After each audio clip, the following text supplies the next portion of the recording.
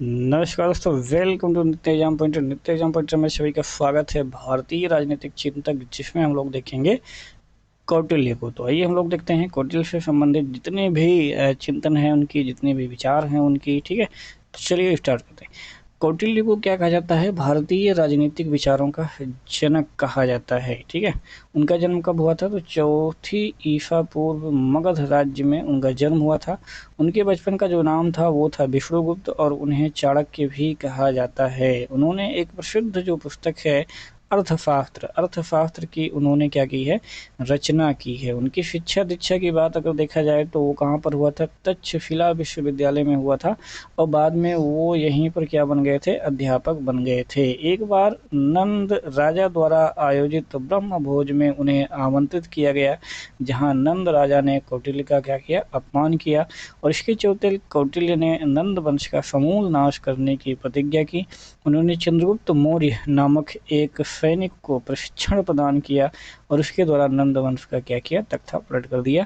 इसी के साथ ही महान मौर्य वंश का क्या हुआ? उत्थान हुआ। कौटिल्य ने सर्वप्रथम एक व्यवस्थित राज्य व्यवस्था का विचार यहाँ पर प्रदान किया था। तो आइए अब हम लोग देखते हैं कि कौटिल्य के अनुसार राज्य की उत्पत्ति का सिद्धांत क्या दिया। ठीक है, चलिए, तो उन्होंने राज्य की उत्पत्ति का समझौतावादी सिद्धांत दिया। तो यही सारी चीज़ें इंपॉर्टेंट है, ये वेरी इंपॉर्टेंट है कि कौटिल्य का जो सिद्धांत था राज्य की उत्पत्ति का, वो कैसा था? तो वो था समझौतावादी। अर्थात उन्होंने कहा कि जो राज्य है, राज्य से पहले क्या था? मत्स्य न्याय था। ठीक है, मत्स्य न्याय मतलब क्या होता है? जैसे कि हम लोग देखते हैं बड़ी मछली छोटी मछली को खा जाती है। ठीक है, उसी प्रकार से था। तो जिसके चलते क्या थी? अव्यवस्था उत्पन्न हो गई थी। तब लोगों ने क्या किया? मनु को अपना राजा चुना, और राज्य के लोगों ने मनु को कर के रूप में अपने अनाज का छठा भाग, कितना? 1/6 भाग, और व्यापार का 10वां भाग 1/10, और पशु व्यापार के लाभ का 50वां भाग 1/50 जो है देने का क्या दिया? वचन दिया। ठीक है, तो इस प्रकार से ये क्या था? ये समझौतावादी सिद्धांत मानते हैं राज्य की उत्पत्ति का। बहुत ही इंपॉर्टेंट है। अगला हम लोग देखेंगे तो अर्थशास्त्र की रचना या फिर स्वरूप। तो जो अर्थशास्त्र की रचना है वो गद्य एवं पद्य दोनों में की गई है। तो ये भी आपके एग्जाम में पूछा गया है। इसमें कुल 15 अधिकरण हैं। वेरी इंपॉर्टेंट, आपकी बार ही ये पीजीटी में आया था। 150 अध्याय हैं, 180 प्रकरण हैं, और पहले 5 अधिकरणों में क्या है? राज्य के आंतरिक प्रशासन पर प्रकाश डाला गया है, और 6 से 13 अधिकरणों में राज्य के वैदेशिक संबंधों की क्या की गई है? विवेचना की गई है। शेष जो 2 अधिकरण हैं उनमें राज्य के अन्य विषयों की चर्चा की गई है। तो अर्थशास्त्र में सरकार के कुल 34 भागों का उल्लेख है। कितना? 34। अर्थशास्त्र के चिंतन की परंपरा देखेंगे हम लोग, तो बृहस्पति अर्थशास्त्र के क्या माने जाते हैं? प्रणेता माने जाते हैं, और उनके अनुसार इस धरती पर अर्थ ही क्या है? प्रधान पदार्थ है। तो कौटिल्य द्वारा जो प्रतिपादित अर्थशास्त्र है उसमें भी इसी अर्थ प्रधान चिंतन का क्या किया गया है? प्रतिनिधित्व किया गया है।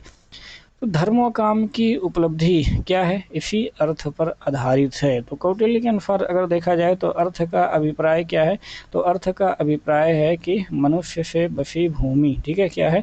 मनुष्य से बसी भूमि पर है। Very important. अगर पूछा जाए कि जो कौटिल्य हैं, कौटिल्य के अनुसार जो है अर्थ का अभिप्राय क्या है? तो वो है मनुष्य से बसी भूमि। तो अर्थशास्त्र वह है जिससे क्या होता है? मनुष्य से बसी भूमि का लाभ होता है, और उसके पालन करने के उपायों का यहाँ पर वर्णन भी किया गया है। तो अर्थशास्त्र राजनीति शास्त्र पर लिखी क्या है भाई? एक रचना है। ठीक है, किस पर? राजनीति शास्त्र। अभी आज के ज़माने में हम लोग अर्थशास्त्र पढ़ते हैं तो वो जानते हैं इकोनॉमिक्स। ठीक है, जो कि अर्थ से संबंधित होता है। लेकिन ये जो अर्थशास्त्र है ये राजनीति शास्त्र पर लिखी गई रचना है। तो अर्थशास्त्र क्या है? मूलतः प्रशासन का एक महत्वपूर्ण ग्रंथ है। किसका? एडमिनिस्ट्रेशन का है। तो इसमें गलती नहीं करना है। कौटिल्य की जो 6 नीतियां हैं अब हम लोग उस पर देखते हैं। तो कौटिल्य ने अंतर्राष्ट्रीय राजनीति के विश्लेषण में क्या किया? यथार्थवाद को मुख्य माना है। वेरी इंपॉर्टेंट, यहाँ पर आपको ध्यान में देखना है। ठीक है, क्योंकि यथार्थवाद और आदर्शवाद ये दोनों कंफ्यूज करते हैं। तो ये जो कौटिल्य महोदय हैं ये बिल्कुल यथार्थवाद को मुख्य मानते हैं, और राज्य की सुरक्षा व शक्ति में वृद्धि के लिए उन्होंने निम्नलिखित कितनी नीतियाँ बताई हैं? तो 6 नीतियों का वर्णन किया है। ठीक है, जिसे कि हम लोग षड्गुण्य नीति के नाम से भी जानते हैं। ठीक है, षड्गुण्य नीति। तो यहाँ पर भी आपको ध्यान देना है।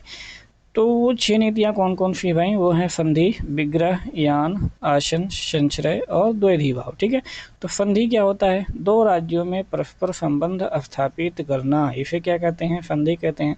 विग्रह क्या होता है कि एक दूसरे की बुराई में संलग्न रहना, ठीक है, दोनों के बीच मतभेद उत्पन्न करा दो। यान क्या होता है, आक्रमण कर दो। ठीक है, आसन क्या होता है कि विशेष परिस्थिति में प्रार्थना में जो है आप मौन रहो। और संचय क्या होता है, दूसरे के आश्रय में स्वयं को आप समर्पित कर दो। द्वैधी भाव क्या होता है कि एक राज्य की दूसरे राज्य के साथ ही संधि। ठीक है, एक के साथ में यहाँ पर आप संधि करो और दूसरे के साथ में क्या करो, आप युद्ध करो। ठीक है, यानी कि आन।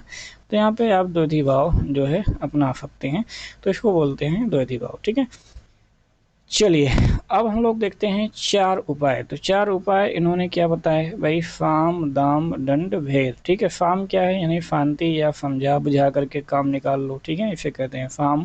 दाम क्या होता है, धन दे करके राज्यों को अपने पक्ष में कर लो। दंड क्या होता है, किसी राज्य के विरुद्ध बल प्रयोग करना या फिर आक्रमण कर देना। मित्र क्या, भेद क्या होता है कि मित्र राज्यों या दूसरे राज्यों में क्या करो, फूट पैदा कर दो। ठीक है, तो खास करके मित्र राज्यों में क्यों फूट करोगे, शत्रु राज्यों में जो है यहाँ पर फूट उत्पन्न किया जाता है। ठीक है, ताकि शत्रु कमजोर हो जाए।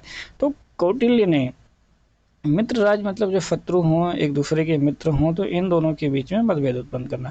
कौटिल्य ने दंड को क्या माना है, दंड को अंतिम प्राथमिकता प्रदान की है। ठीक है, किसको, दंड को। तो मनु ने भी जैसा किया था सेम है, यहाँ पर कौटिल्य भी ऐसे करते दिखाई पड़ते हैं। तो कौटिल्य के जो सामाजिक विचार हैं हम लोग वो देख लेते हैं। तो कौटिल्य ने मनु के समान क्या किया, वर्ण व्यवस्था का यहाँ पर समर्थन किया है। ठीक है, तो ये अगेन वेरी इंपॉर्टेंट पॉइंट, यही सारी चीज़ें आपको ध्यान में रखना है। तो कौटिल्य की जो वर्ण व्यवस्था है वो मनु की तुलना में क्या है, उदार है, क्योंकि मनु की थोड़ा सा कठोर हो जाती है, क्योंकि उसने क्या किया कि वर्णों के कार्यों के स्थानांतरण की यहाँ पर चर्चा की है। तो कौटिल्य ने पहली बार स्पष्ट रूप से क्या किया है भाई, महिलाओं को भी राज्य के उत्तराधिकार देने का यहाँ पर क्या किया है, समर्थन किया है, क्योंकि मनु ने ऐसा बिल्कुल नहीं किया था। तो अर्थशास्त्र पर के जो प्रशासनिक विचार हैं हम उसको देख लेते हैं। तो कौटिल्य ने प्रशासनिक विभागों की संख्या कितनी बताई है भाई, 18 बताई है, वेरी इंपॉर्टेंट। ठीक है, 18 है। ठीक है, चलो तो अब कौटिल्य ने क्या किया है भाई, विधि व्यवस्था व नागरिक सुरक्षा के लिए राज्य को अगेन 2 भागों में डिवाइड कर दिया है। कितने, 2 भागों में, एक डिवाइड किया है दुर्ग में और दूसरा डिवाइड किया है जनपद में। तो ये भी आपके एग्जाम में पूछा गया है। न्याय प्रशासन का उल्लेख करते हुए उसने विधि के 4 आधारों का वर्णन किया है। ठीक है, विधि के 4 आधार बताएं, कौन कौन से, धर्म, व्यवहार, चरित्र और राज्य शासन। तो ये हो गए 4 आधार। कौटिल्य ने शासन संरचना के अंतर्गत गुप्तचरों को जो है विशद महत्व दिया है। ठीक है, तो गुप्तचरों को ये काफ़ी महत्व देता था और कौटिल्य ने 9 प्रकार के गुप्तचरों का वर्णन किया है। अगेन जो है ये काफ़ी इंपॉर्टेंट है। अब हम लोग तथ्य थोड़ा सा देख लेते हैं। तो कौटिल्य ने अर्थशास्त्र में क्या क्या है भाई, 4 विद्याओं का उल्लेख किया है। कितनी, 4 विद्याओं का। ठीक है, वो है अनविच्छिकी और वो है त्रयी और है वार्ता और एक है दंड नीति। ठीक है, तो ये अगेन जो है आपकी पीजीटी में ये क्वेश्चन पूछा गया था। तो 2 क्वेश्चन आपके यहीं से कौटिल्य से ही पूछे गए थे, जो कि दोनों आपको यहीं पर मिल जाएंगे। ठीक है, तो अनविच्छिकी भी है, त्रयी भी है, वार्ता भी है। ठीक है, एक और कोई ऑप्शन था चौथा जो कि इसमें नहीं है। ठीक है, तो ये 4 हैं, 4 विद्याओं का उल्लेख किया है। तो कौटिल्य के काल में रूप दर्शक क्या होता था, अब यहाँ पर अनवीक्षिकी देख लेते हैं पहले ऊपर। तो अनवीक्षिकी अध्यात्म या फिर दर्शन हो जाएगा। त्रयी क्या हो जाएगा, धर्म अधर्म या वेदों का ज्ञान हो जाएगा। वार्ता कृषि पशुपालन या वाणिज्य विद्या हो जाएगी। दंड नीति क्या होगी, शासन कला या फिर राज्य विद्या। अब आगे बढ़ते हैं हम लोग। तो कौटिल्य के काल में रूप दर्शक क्या होता था, तो रूप दर्शक एक ऐसा अधिकारी था जो कि मुद्रा की जांच पड़ताल के लिए उत्तरदायी था।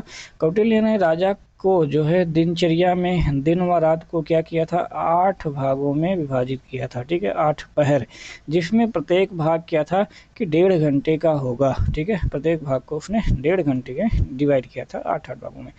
अब देखेंगे कि कौटिल्य के अनुसार राजा में 4 प्रकार के गुण होने चाहिए, और वो गुण कौन कौन से हैं, अभिगामिक गुण, प्रज्ञा गुण, उत्साह गुण और आत्मसम्मत गुण। ये 4 प्रकार के गुण किसमें मिलने चाहिए, राजा में मिलने चाहिए। कौटिल्य ने अर्थशास्त्र में अगेन 4 प्रकार के न्यायालयों का विवरण दिया है। 4 प्रकार के न्यायालय, तो पहला कौन सा हो जाएगा, जनपद संधि न्यायालय, संग्रहण न्यायालय, द्रोणमुख न्यायालय और स्थानीय न्यायालय। ठीक है, तो ये 4 प्रकार के न्यायालयों का इसमें वर्णन भी किया है। कौटिल्य ने अर्थशास्त्र के 17 प्रकार के कानूनों का वर्णन किया है। कौटिल्य ने रोजगार के 3 साधनों का भी उल्लेख किया है। कौन कौन सा भाई? कृषि कर लो, पशुपालन कर लो, व्यापार कर लो, ठीक है। तो 3 साधनों का यहाँ पर उल्लेख जो है रोजगार के लिए भी किया है। अब हम लोग देखते हैं सप्तांग सिद्धांत, जो कि काफ़ी फेमस है। तो कौटिल्य ने राज्य के 7 अंगों का वर्णन किया है और जो राज्य के सभी अंग हैं उनकी तुलना शरीर के अंगों से की है। तो जबकि जो आधुनिक राज्य हैं उनमें हम लोग 4 लक्षण ही मानते हैं, ठीक है। 4 अंग हम लोग जानते हैं, जो कि पीछे आपको कई बार बताया जा चुका है, राज्य में भी आपको बताया जा चुका है। कौन कौन से भाई? एक है भूभाग, जनसंख्या, सरकार और संप्रभुता। तो ये जो आधुनिक राज्य हैं उनमें 4 लक्षण बताए गए हैं, लेकिन कौटिल्य के अनुसार उन्होंने सप्तांगों का वर्णन किया है कौटिल्य ने। तो कौटिल्य द्वारा वर्णित राज्य के जो 7 अंग हैं वो कौन कौन से हैं वो निम्नलिखित हैं। तो पहला होता है राजा या स्वामी। तो कौटिल्य ने राजा को क्या माना है? राज्य की केंद्र या फिर अभिन्न अंग माना है। उन्होंने राजा की तुलना किससे की है? शीर्ष से की है। उनका मानना है कि राजा को दूरदर्शी, आत्मसंयमी, कुलीन, स्वस्थ, बौद्धिक गुणों से संपन्न तथा महावीर होना चाहिए, ठीक है। वे राजा को कल्याणकारी तथा जनता के प्रति उत्तरदायी होने की क्या देते हैं? सलाह देते हैं, क्योंकि उनके अनुसार जो राजा है वो क्या है? वो कर्तव्यों से बंधा होता है। हालांकि वो राजा को सर्वोपरि मानते हैं, फिर भी उसे निरंकुश शक्तियां यहाँ पर प्रदान नहीं करते हैं। राजा की दिनचर्या भी वो क्या करते हैं? पहरों में बांट देते हैं, और वो राजा के लिए दिन को तथा रात को 8-8 पहरों में क्या करते हैं? विभाजित कर देते हैं। अगला जो है वो है अमात्य या मंत्री। तो कौटिल्य ने अमात्य या मंत्री दोनों की तुलना किससे की है? आँखों से की है, ठीक है। उनके अनुसार जो अमात्य तथा राजा है वो एक ही गाड़ी के क्या होते हैं? 2 पहिए होते हैं। अमात्य उसी व्यक्ति को चुना जाना चाहिए जो अपनी जिम्मेदारी को संभाल सके और राजा के कार्यों में उसके सहयोगी की भांति भूमिका को अच्छी तरीके से निभा सके। अगला जो है वो है जनपद। तो कौटिल्य ने इसकी तुलना किससे की है? पैर से की है। भाई जनपद का अर्थ है जनयुक्त भूमि। तो कौटिल्य ने जनसंख्या तथा भूभाग दोनों को क्या माना है? जनपद माना है। और उसने 10 गांवों के समूह में संग्रहण और 200 गांवों के समूह के बीच सार्वत्रिक, 400 गांवों के समूह के बीच एक द्रोणमुख और 800 गांवों में एक स्थानीय अधिकारी की स्थापना करने की उन्होंने बात भी यहाँ पर की है। अगला जो अंग है वो है दुर्ग। तो कौटिल्य ने दुर्ग की तुलना किससे की है? बाहों से की है या फिर भुजाओं से की है, ठीक है। उन्होंने 4 प्रकार के दुर्गों की चर्चा की है। वो 4 दुर्ग कौन कौन से हैं? एक होता है औदिक दुर्ग। तो औदिक दुर्ग क्या होता है? जिसके चारों ओर पानी हो। पार्वत दुर्ग, इसके मतलब क्या होता है? चारों ओर चट्टान हो। धानवन दुर्ग, इसका मतलब क्या होता है? चारों ओर क्या हो? ऊसर भूमि हो।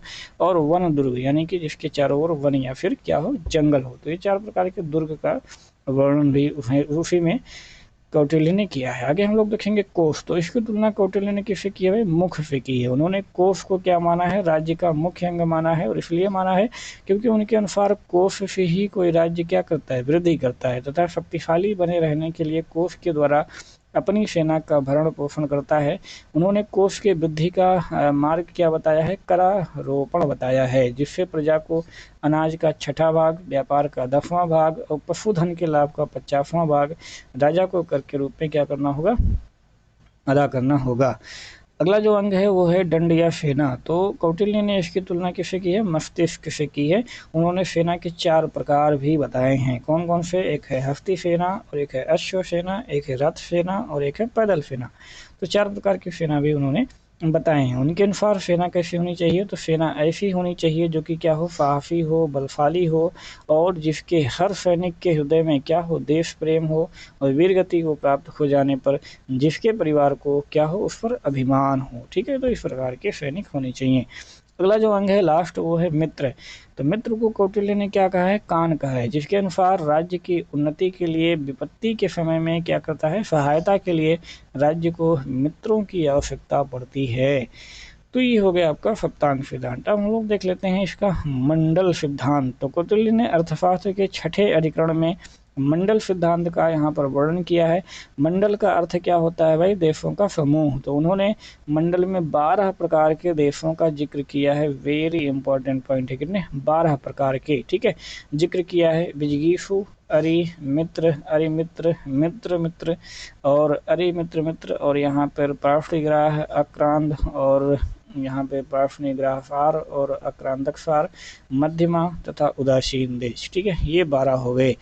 तो ये जो देश हैं, उन्होंने मंडल के इन सभी देशों को क्या बनाया है, एक दूसरे के साथ संबंधों को ही मंडल सिद्धांत देते हैं। ठीक है, तो जो सभी देश हैं, इन सभी देशों में एक दूसरे के साथ जो संबंध स्थापित होंगे, तो किस प्रकार के संबंध स्थापित होंगे, इसी सिद्धांत को ही क्या कहा जाता है, मंडल सिद्धांत कहा जाता है। कौटिल्य ने राज्य के लिए गुप्तचर व्यवस्था का भी वर्णन किया है, और आगे बताया गया कि उन्होंने क्या बताया है, 9 प्रकार के गुप्तचर बताए हैं। ठीक है, तो गुप्तचर व्यवस्था को भी कौटिल्य जो है अपने राज्य में काफ़ी महत्व देते थे। तो ये रहे आचार्य कौटिल्य। ठीक है, इनसे संबंधित जितनी भी चीज़ें थीं, जितने भी आपके एग्जाम में पूछी जाने वाली चीज़ें थी, वो सारी की सारी डिटेल इसमें कोड कोड करके यहाँ पर आपके लिए भर दी गई। ठीक है, यहाँ तक कि आपके पीजीटी में हाल ही में जो एग्ज़ाम हुआ था, उसमें से 2 क्वेश्चन इसी में से डायरेक्ट पूछे गए थे, जो कि आपको बताया भी। तो आगे वहाँ आने वाले जो एग्ज़ाम हैं, खास करके जीआईसी का एग्ज़ाम है, या फिर एलटी का एग्ज़ाम है, या फिर आपके नेट के एग्ज़ाम हैं, उन सभी एग्ज़ामों में यहीं से क्वेश्चन आपको डायरेक्ट मिलेंगे। तो इसको आप लोग ज़बरदस्त तरीके से पढ़िए, इसका आप लोग नोट्स बनाइए। मिलते हैं नेक्स्ट वीडियो में, तब तक के लिए जय हिंद।